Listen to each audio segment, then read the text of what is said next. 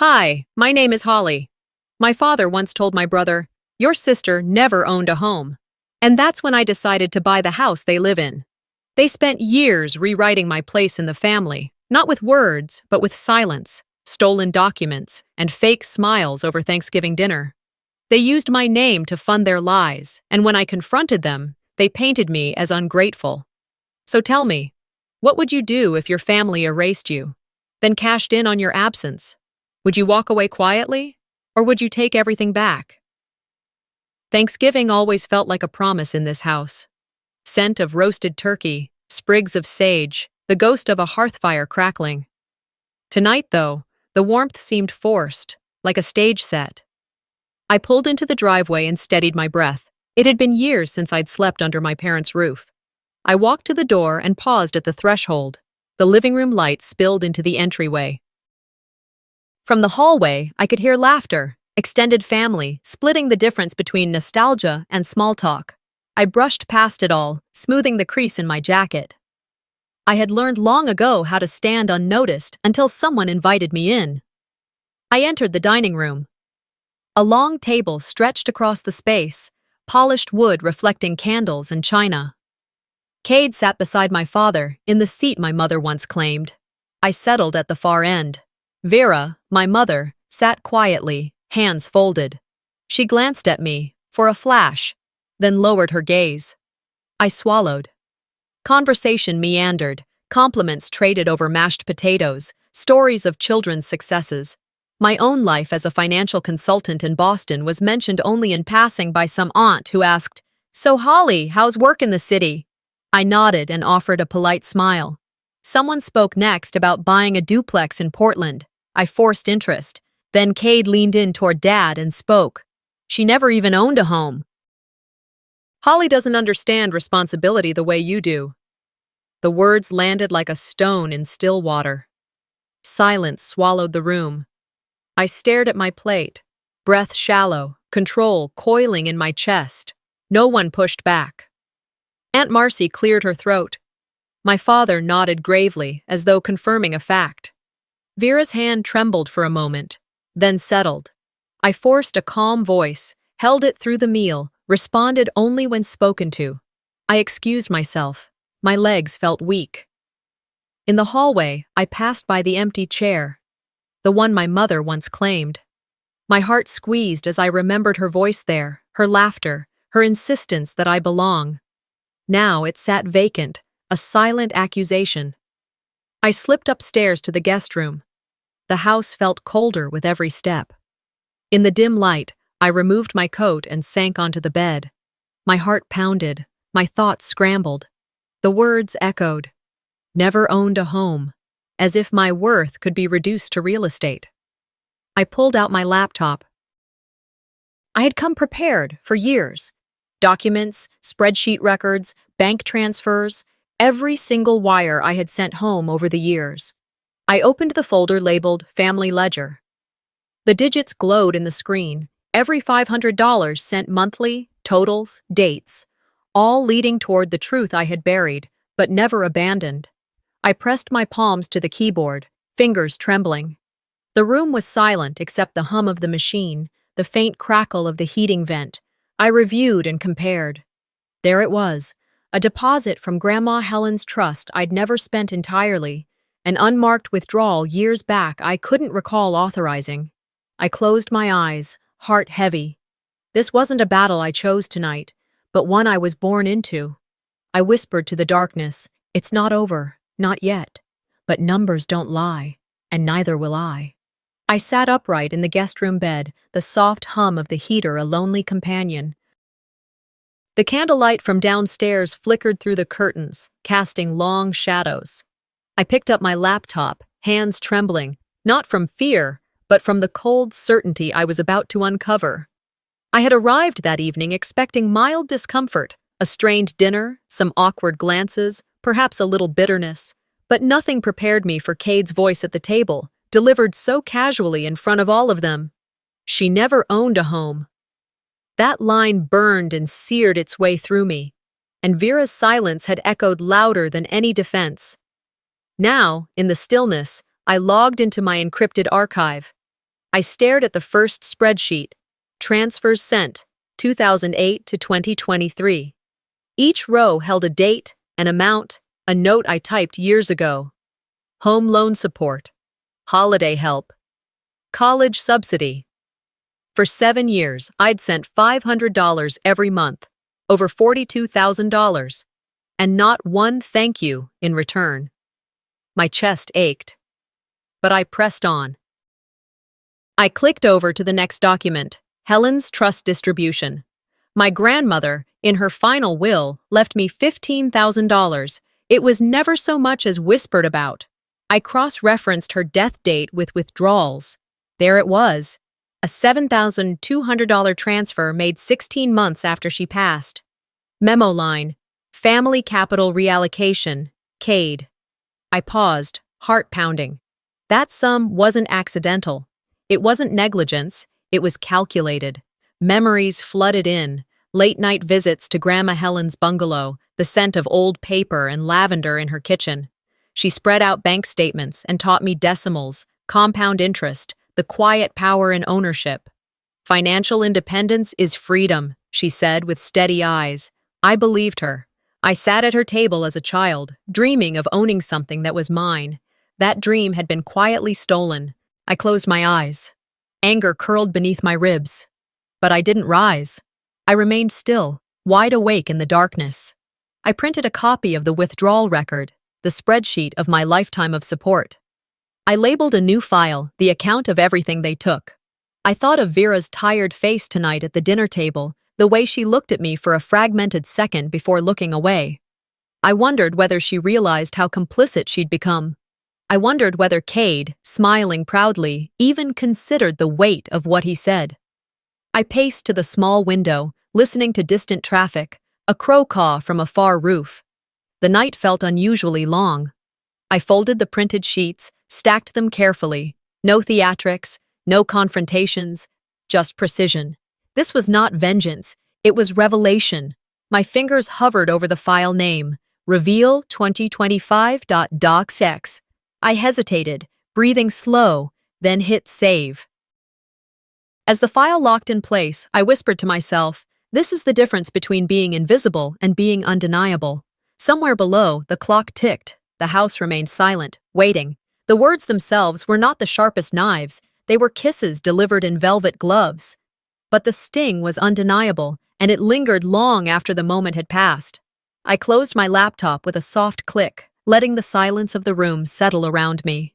The glow from the moon filtered through the curtains, casting faint shadows that seemed to dance on the walls. The house was quiet now, but my mind was far from still. Memories played like a reel, flashing images of the Thanksgiving dinner earlier that evening. My voice had been swallowed by the hum of the room, my father's unwavering stare, Cade's arrogant grin, and Vera's quiet, calculating smile, the one she always wore when she knew she was sealing some sort of unspoken pact. I had barely opened my mouth to speak of my engagement before Vera's hand was placed subtly on Cade's arm. It was a gesture so smooth, so practiced, that I didn't even realize it was happening until it was too late. With a smile that seemed too polite to be genuine, she steered the conversation away from me and toward Cade, who, as always, had the floor. His words flowed easily, speaking of his startup's latest growth and his own burgeoning success. I hadn't even gotten the chance to say what I had planned. The tension in my throat had grown as I fought to speak, but no one noticed. And with that, the moment passed. The smile Vera gave him, her eyes glinting with approval, was the blade that cut through any attempt I might have made to be seen. I stood up from the bed, my mind racing, and walked toward the hallway, drawn inexplicably to the sounds of conversation in the dining room. The murmur of voices mixed with laughter, but I stayed hidden in the shadows. My feet were bare on the cold hardwood floor, and my heartbeat echoed in my ears. Through the crack in the door, I could see my mother and father, engaged in their usual quiet conversation with relatives. Cade was holding court, as he always did, with Vera leaning in, her tone soft and coaxing. They looked so comfortable together, so at ease with the way they moved through this world that I had never felt a part of. The pattern had always been there, if I was honest with myself. At graduation, Cade was given a watch, an acknowledgement of his achievements, or perhaps just a way to keep him engaged, to remind him of his place. At my promotion party, no one cared about my new title. The conversation inevitably shifted to Cade's new car lease. And at Helen's funeral, a solemn occasion, Vera had said to my father, she always had a soft spot for Cade. It was as if, with every passing year, they reinforced the idea that Cade was the one who deserved to be seen, the one who mattered. And every time I was present, I was somehow made to feel invisible. I sank to the floor in the hallway, knees drawn to my chest. The faint scent of sage drifted up from the kitchen below, mixing with the warm, stagnant air. I closed my eyes, the weight of everything pressing in. And yet, in that moment, I felt something inside me shift. Enough was enough. I pressed my palm against the wall, steadying myself. This had to stop. I couldn't live like this anymore. The weight of silence, the burden of always being overlooked, it was too much. I needed clarity, but I also needed action. I stood up and walked to my bedside table, grabbing my laptop, the one that had been by my side through every painful moment of this journey. I pulled out the notebook I kept for moments like these, when emotions ran high, when everything was about to break open. I wrote the sentence down. Vera's smile is the silent adjudicator. I let the words sit on the page for a moment, sharp and undeniable. It wasn't just a smile. It was a weapon, a subtle blade that cut at the very heart of my existence in this family. It held so much: approval, expectation, manipulation, all masked in an expression so practiced that I almost doubted it existed for any other reason than to erase me. Flipping through old journals, letters, and birthday cards, I found one from high school. Vera had written in the margin of my scrapbook, "I'm proud of you." It was a simple phrase, but its weight now felt heavy. There it was, one of the few things she had ever written to me directly. That memory stung because, for the first time, I understood how hollow it truly was. But it was mine, and in this moment, that memory burned brighter than anything else. Lightning flashed outside the window, casting an eerie light on the room. My wrist felt cold as I reached over to the table in the corner, pulling out the ledger files I had kept, records of every contribution I had made.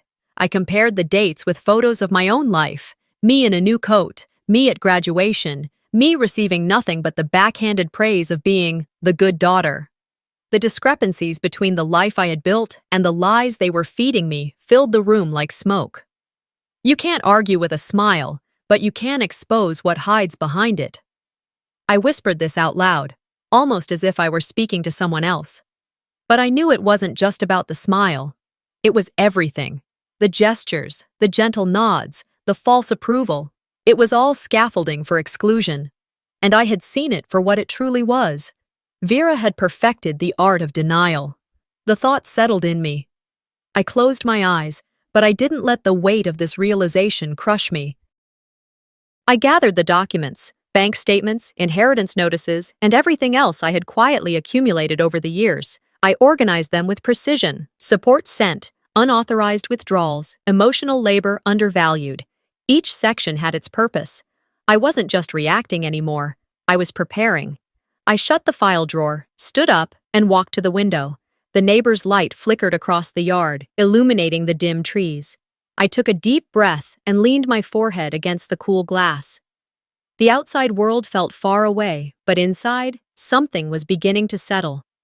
Tomorrow would be the day I approached them, not with anger, but with the undeniable truth. It wasn't just what they had done, it was how Vera smiled while doing it. And in that smile, I saw the years of my own erasure. But not anymore. The house stirred quietly as dawn broke.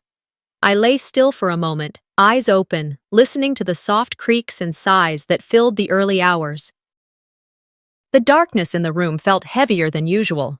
It wasn't just the early hour, but the weight of something unspoken.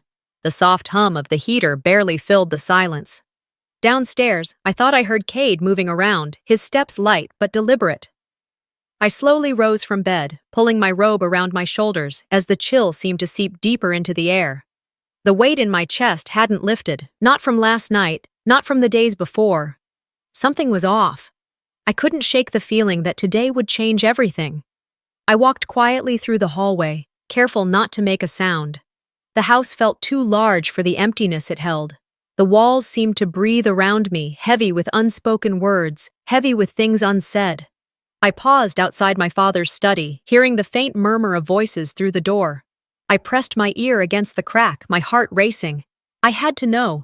I had to understand what was happening behind that door. Inside, the conversation was low, urgent. My father's voice, steady and deliberate, drifted through the air. I've made the transfer schedule. The business, the house, the trust, all will pass to Cade. Holly doesn't need any of it. The words hit me like a physical blow. I stood there, breath held, unable to move, unable to think. The sound of Cade's voice, almost a whisper. Understood. And then, Vera. She didn't speak much, but I could hear her sigh, so soft, so measured. Her consent, quiet, but final. I felt my chest tighten, the air draining from my lungs. It was like the ground beneath me had disappeared. I wasn't just excluded, I was being erased, not as a footnote or an afterthought, but as a deliberate act, a decision to rewrite our family legacy, and I wasn't a part of it. I wasn't even a footnote in their plan. I was nowhere. I backed away from the door slowly, careful not to make a sound. Every step felt too loud, too heavy. I turned and fled, retreating to my room at the end of the hallway. The silence behind me felt like a door closing on everything I had known. I shut my bedroom door behind me, the weight of everything pressing down. I sank to the floor beside my desk, unable to stay standing. My laptop sat there, dim in the early morning light.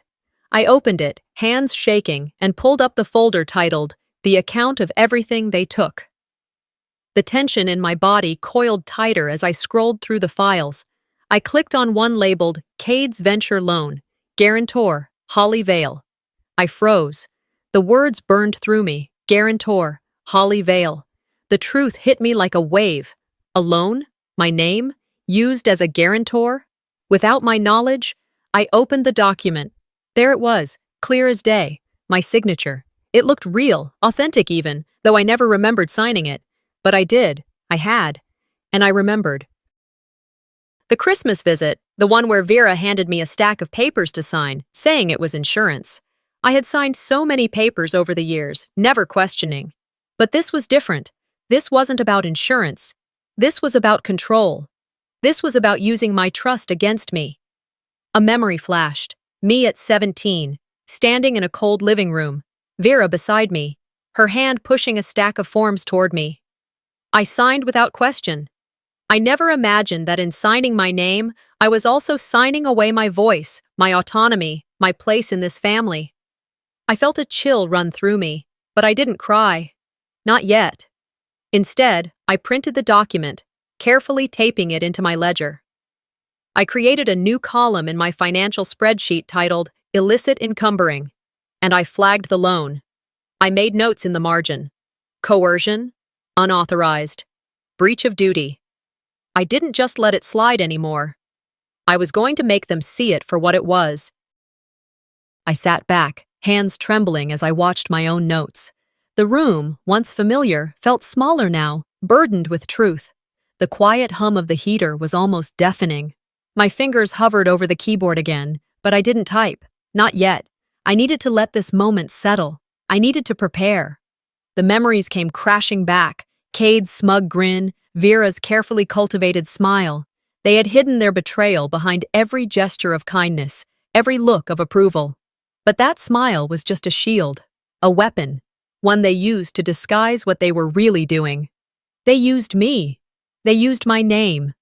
They used my silence. I closed the laptop, unable to bear the weight of the screen any longer. I stood up, walking to the window. The cool Oregon air pressed against the glass, the world outside still and quiet. I placed my palm on the window pane, feeling the cold seep into my skin. I stared at the empty streets below, watching the trees sway in the breeze. The night had settled in, but I felt something shift in me, a small flicker of resolve. Tomorrow, I would confront them, not with rage, but with undeniable truth. Tomorrow, I would walk into their carefully constructed world and dismantle it piece by piece, not with anger, but with evidence, with facts, with the clarity they'd always denied me. It wasn't just about what they'd done, it was about how they did it, and now I would make them see the truth of their actions. The quiet of the morning hung in the air as I woke, the soft light just beginning to filter through the curtains. The house felt heavy, as though everything inside was holding its breath. I didn't move quickly, but with intention, my steps soft but sure. My mind wasn't racing, it was deliberate. I had done the work, now I needed to face the truth. I padded into the kitchen, the floor cool beneath my feet. I moved with precision, knowing what I had to do. The coffee maker was waiting, its promise of a quiet ritual familiar and grounding. As the steam began to rise from the machine, I turned my attention to the documents laid out before me. Spreadsheets, bank statements, the forged loan agreement. They were more than paper now. Each line was a record of betrayal, a history of silence that had lasted far too long.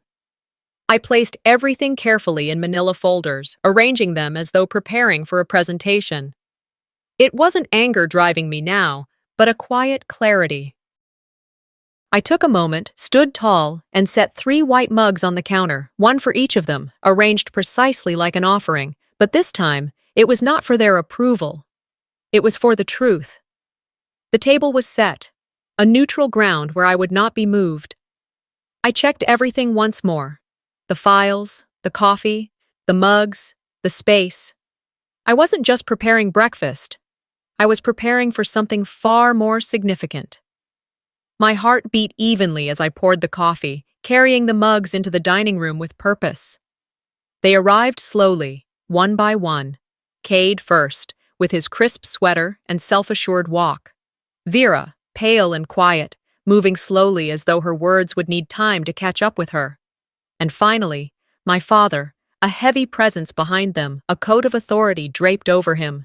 They settled into their seats, the air between us thickening. I stood at the head of the table, unflinching, the weight of their gazes pressing against me. I would not be moved. "Good morning," I said, my voice steady. I placed the first folder in front of my father, then Vera, then Cade. The papers were arranged deliberately in front of each of them, a soft invitation to face the truth. "We need to talk." There was no immediate response. I could feel their tension mounting in the silence. My father's jaw tightened. Vera's hands curled slightly around her coffee mug. Cade blinked, uncertainty settling in. They were used to my silence, to my compliance, but I wasn't silent anymore. I cleared my throat, letting the words come calmly, without hesitation.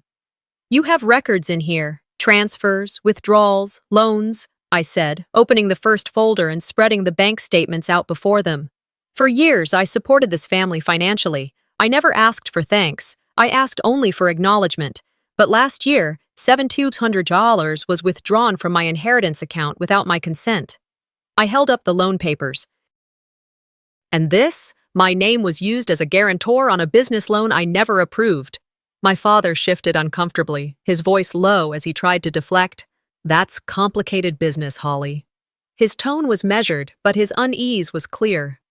Vera's voice, sweet and practiced, came next. "It was for the family, helping each other. You know how family obligations work." I cut her off, my words calm but firm.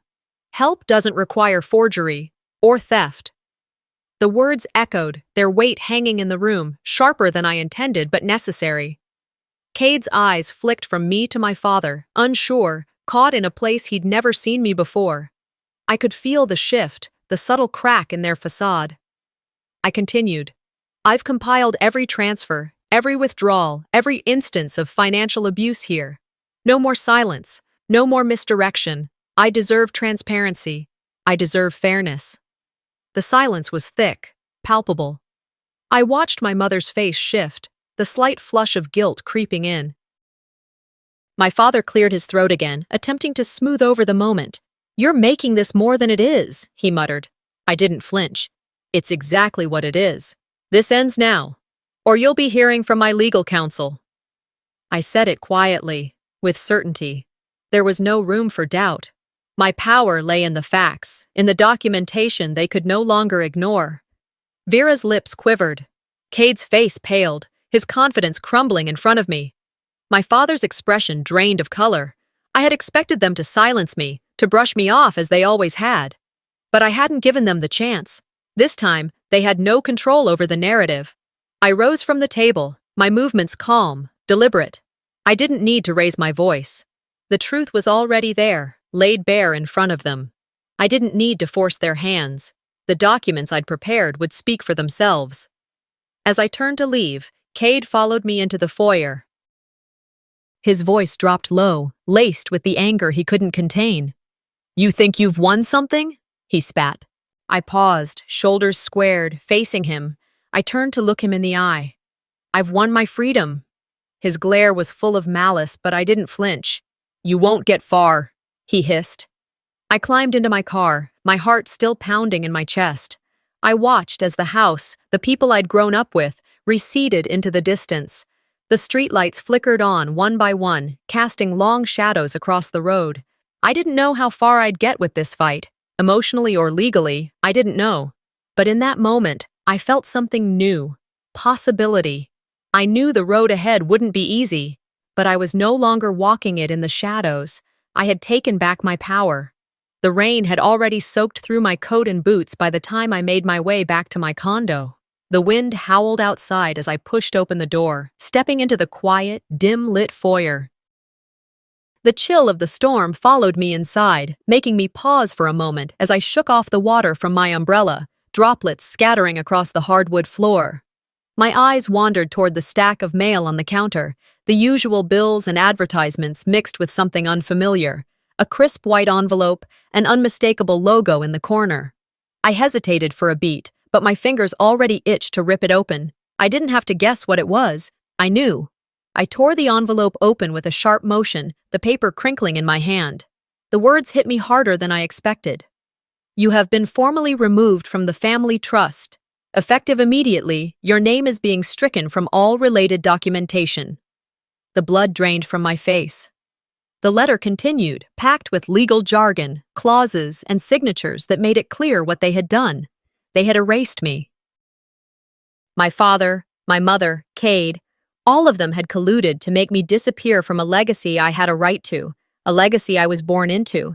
It wasn't just a betrayal. It was a rejection. They had stripped away my place, my value. I sank into a chair, clutching the letter, the words swimming before my eyes. I struggled to breathe, my chest tight as my pulse raced.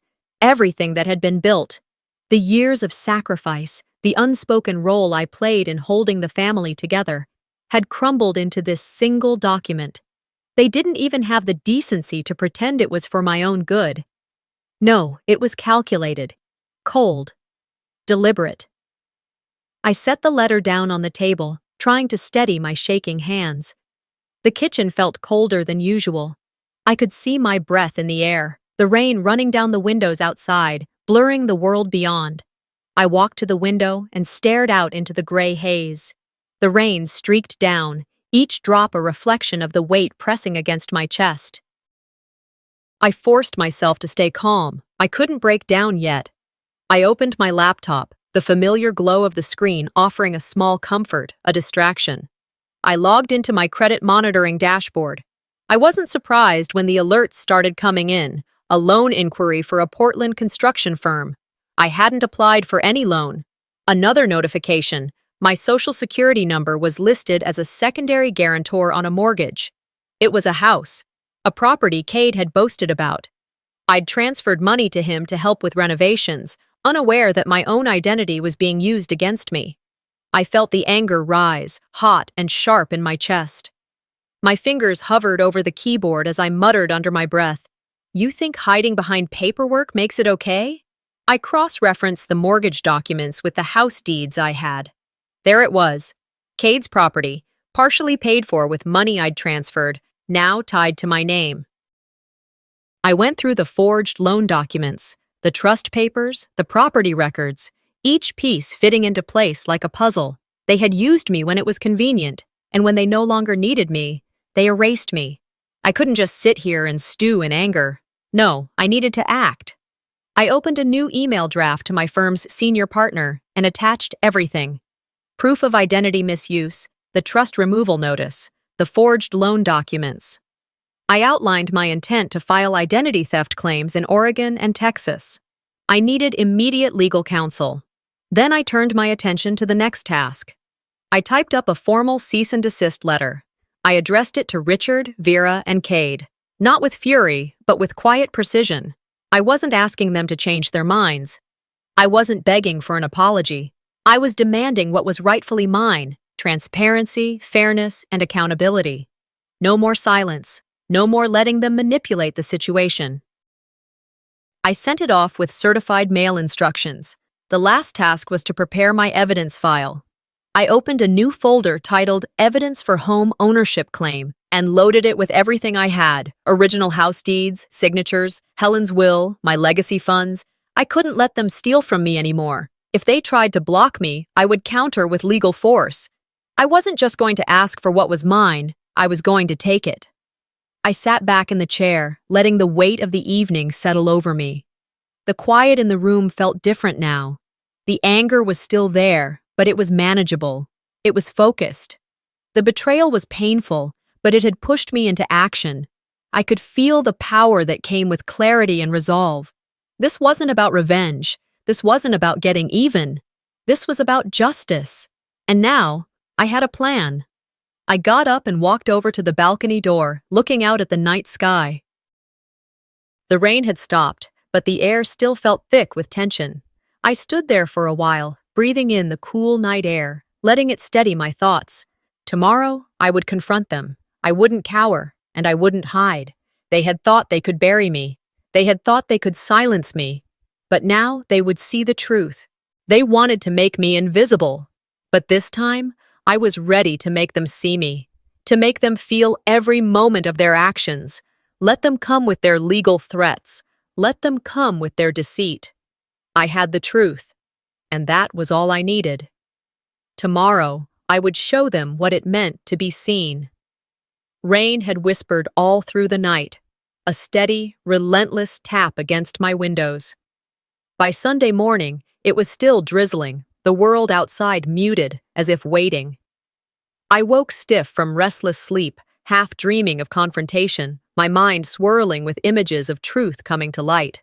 I felt numb, yet resolute, as though a threshold had been crossed. I picked up my phone, already buzzing with a flood of notifications. Vera's mass email had spread overnight like wildfire, and the texts from relatives, church members, and friends filled the screen. Holly is unstable, taking over what isn't hers, manipulating everyone. I scrolled through the barrage. Is she okay? Hope things resolve. Some messages were kind, others colder, questioning my character. One cousin, distant but present in family gatherings, had written, "I always thought she seemed off." It stung, but I didn't have the energy to defend myself, not yet. Others posted the email to comment threads, furthering the spread. For those I trusted, I replied with simple gratitude. "Thank you for worrying. I will respond when it's my turn." I stood up, the weight of the betrayal pressing me upright. I gathered my legal folder from the desk, the subpoena draft, the trust documents, and the printed bank statements I'd spent days assembling. The fog outside mirrored the haze of resolve that had settled over me. It was time to face them, time to bring the truth to light, regardless of the storm I was about to stir. I slipped into my coat, grabbed my umbrella, and left my apartment, stepping into the drizzle. The umbrella barely kept the rain at bay, but it didn't matter. My steps were sure, my destination clear. The church in Portland, the one where Vera and Dad had held court for years, where the community had rallied behind them as pillars of respectability. But not today. Today, I wasn't just their daughter. I wasn't just the family member they controlled, the quiet one who accepted their quiet manipulations. Today, I was a force in their world they couldn't ignore. I arrived early, before the service began. The church was gray in the early morning light, overcast skies hanging low. The building felt familiar, too familiar. Members trickled in, glancing at me, some curious, others indifferent. I sat toward the back pew, away from prying eyes, but close enough to the front to see everything. I set my coat tightly around me, fingers flicking through the documents in my folder as if the act of reading them would steady me. The air in the sanctuary smelled like old hymnals, polished wood pews, and the faint scent of damp coats. The murmurs of quiet conversation from the congregation softened as the service began. I held my breath during the final hymn, anticipation mounting. When it ended, the shift was subtle. The coffee hour began, and with it came the sound of two uniformed process servers walking up the aisle carrying legal envelopes. The weight of the moment hung in the air. My pulse quickened as I watched them move forward. I watched Vera's face shift from surprise to indignation to cautious composure. Richard's shoulders stiffened, and Cade, who had been talking at the front, froze for a moment, a flicker of confusion in his eyes. The entire church seemed to hold its breath, their curiosity growing. The process servers moved with quiet confidence, handing the envelopes to Vera first, then to Richard. The congregation gasped. A murmur spread quickly. "What's happening? Is that legal?" I stood up slowly, a quiet resolve settling within me. I didn't gloat. I didn't smile. I simply watched them, my gaze steady, not filled with rage, but with something firmer: control. The papers they held were more than just documents. They were the embodiment of years of silence hidden beneath their civility. The subpoena, the one I'd signed off on, it was a call to action. The papers, as they unfolded in Vera's hands, bore my attorney's name, undeniable proof. The subpoena demanded the production of all trust documents, financial ledgers, estate transfers, all of it open to inspection, open to challenge. For the first time, my name was being brought back into the fold, into the narrative they had so carefully erased. The weight of centuries of exclusion was there, folded into that single document. I watched them. Vera's lips pressed thin. Richard's face flushed with anger. Cade's expression flickered between disbelief and frustration. They had expected me to shrink, to cower, but I stood tall. I said nothing, letting the moment speak for itself. A camera clicked from the back. Someone was filming. The video would be online before I even left the church. I could almost feel the quiet ripple of shock spreading through the crowd. They would see what I had seen all these years, in the hushed corners of family gatherings and unspoken assumptions. By the time I returned home, the first video clip arrived from a friend, the footage showing Vera stiffly accepting the papers, her usual calm shattered. She looked like a woman who had been unmasked. I watched the clip, not as a victim, but as someone taking the first step towards something more powerful. The truth. I wasn't hiding anymore. The silence had been broken, and they had to face the consequences of their actions. I didn't exult in the moment. I closed my laptop gently, letting the weight of everything settle in. I didn't need to feel elation. I had set the wheels in motion. The truth would unfold slowly, methodically. Not with anger, but with the power of calm, controlled force. I spent the rest of the night working, sorting through documents, uploading files, organizing evidence. My phone buzzed with messages. Rumor spreading. Are you okay? Seeing stuff online. I kept my responses measured. I will not be silenced. The rain tapped against the windows as night deepened. I felt a strange sense of peace despite the storm. It was the peace of knowing that I was no longer invisible, that I had finally reclaimed my voice, my story. Tomorrow would bring more challenges, more questions. But today, I had taken the first step, and that step had already begun to change everything. This wasn't the end, but the beginning of being heard. I arrived at the Multnomah County Courthouse as the doors to the courtroom swung open. The gray morning light filtered softly through tall windows, casting a gentle, muted warmth over the polished floors. My pulse quickened as I stepped inside, every step heavy with purpose. This was it. The moment where all the quiet hours of preparation, the careful organizing of evidence, the subpoena, and my unwavering resolve would collide. It had all led here. Clutching the file against my chest, I steadied my breath. Around me, the low murmurs of lawyers and witnesses filled the space.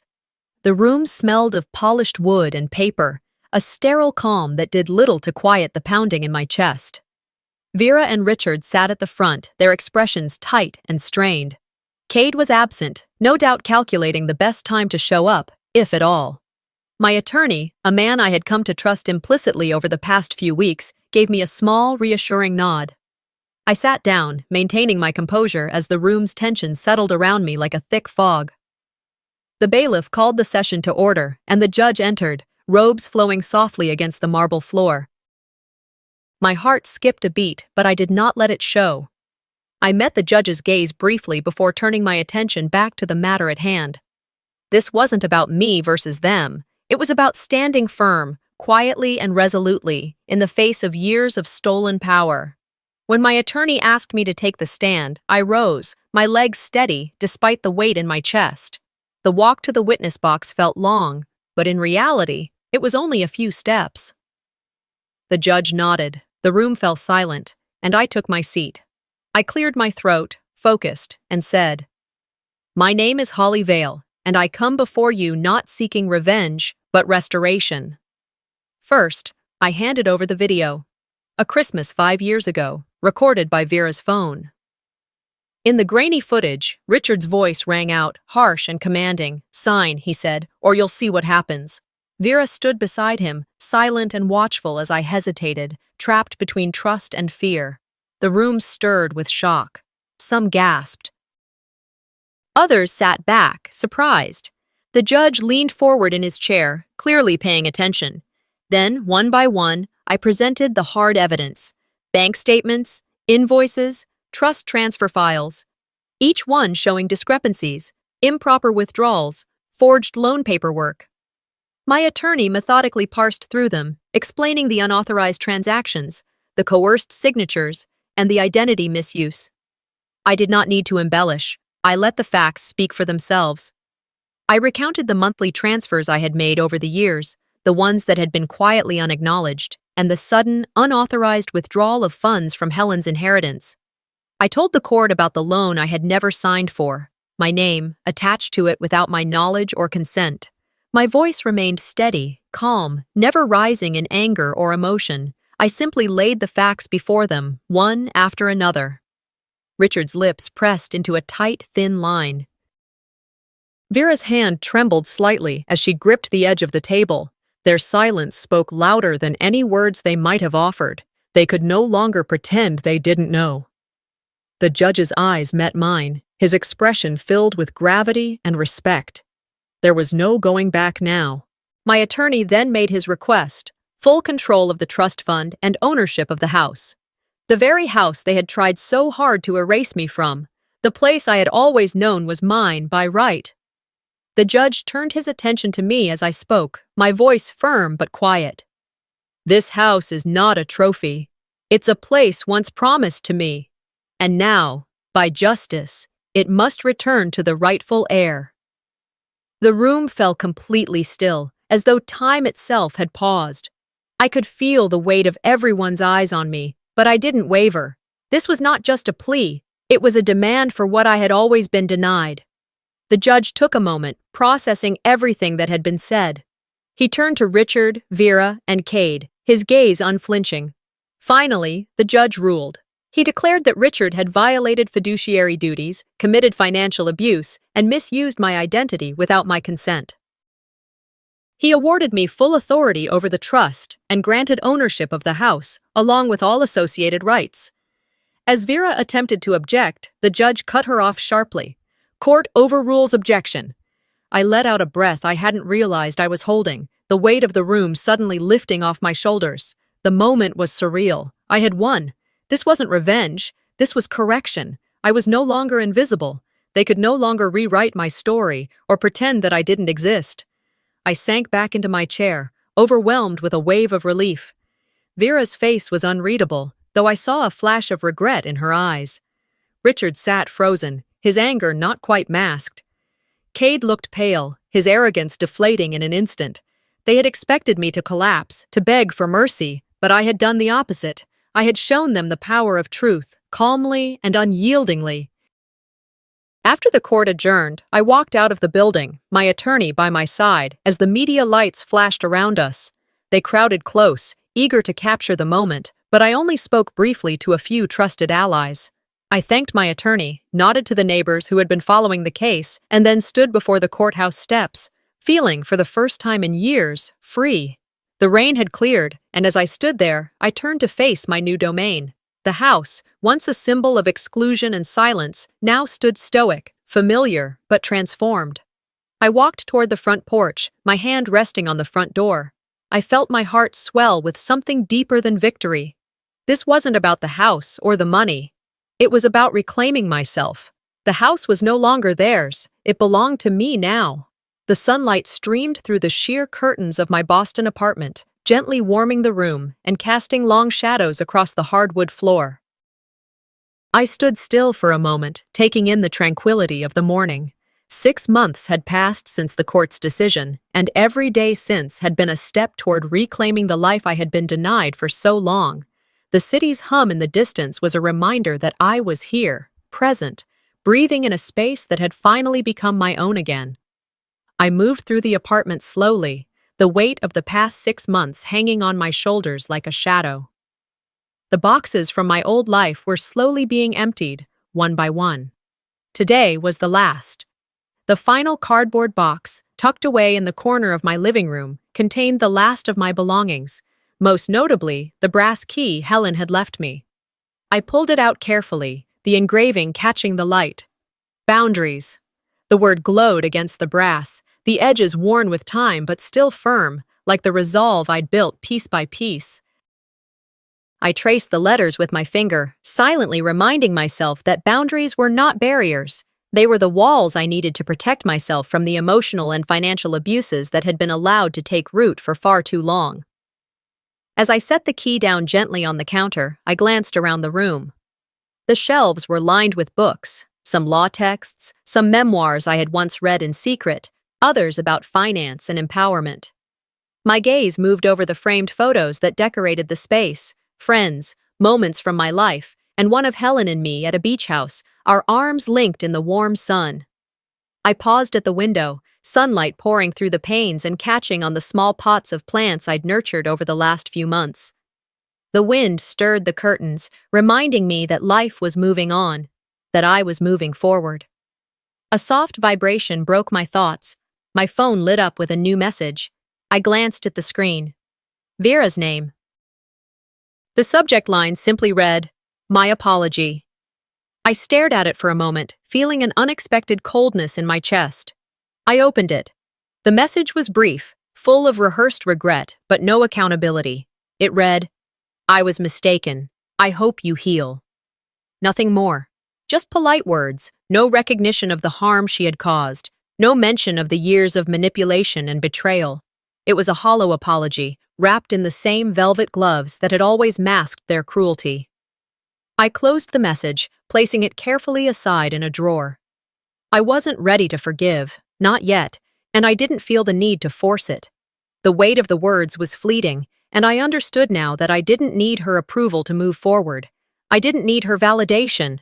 I had built something for myself, my own life, my own truth, and no apology could erase the progress I'd made.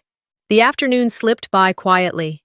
I changed into a simple dress, light and comfortable, my makeup minimal.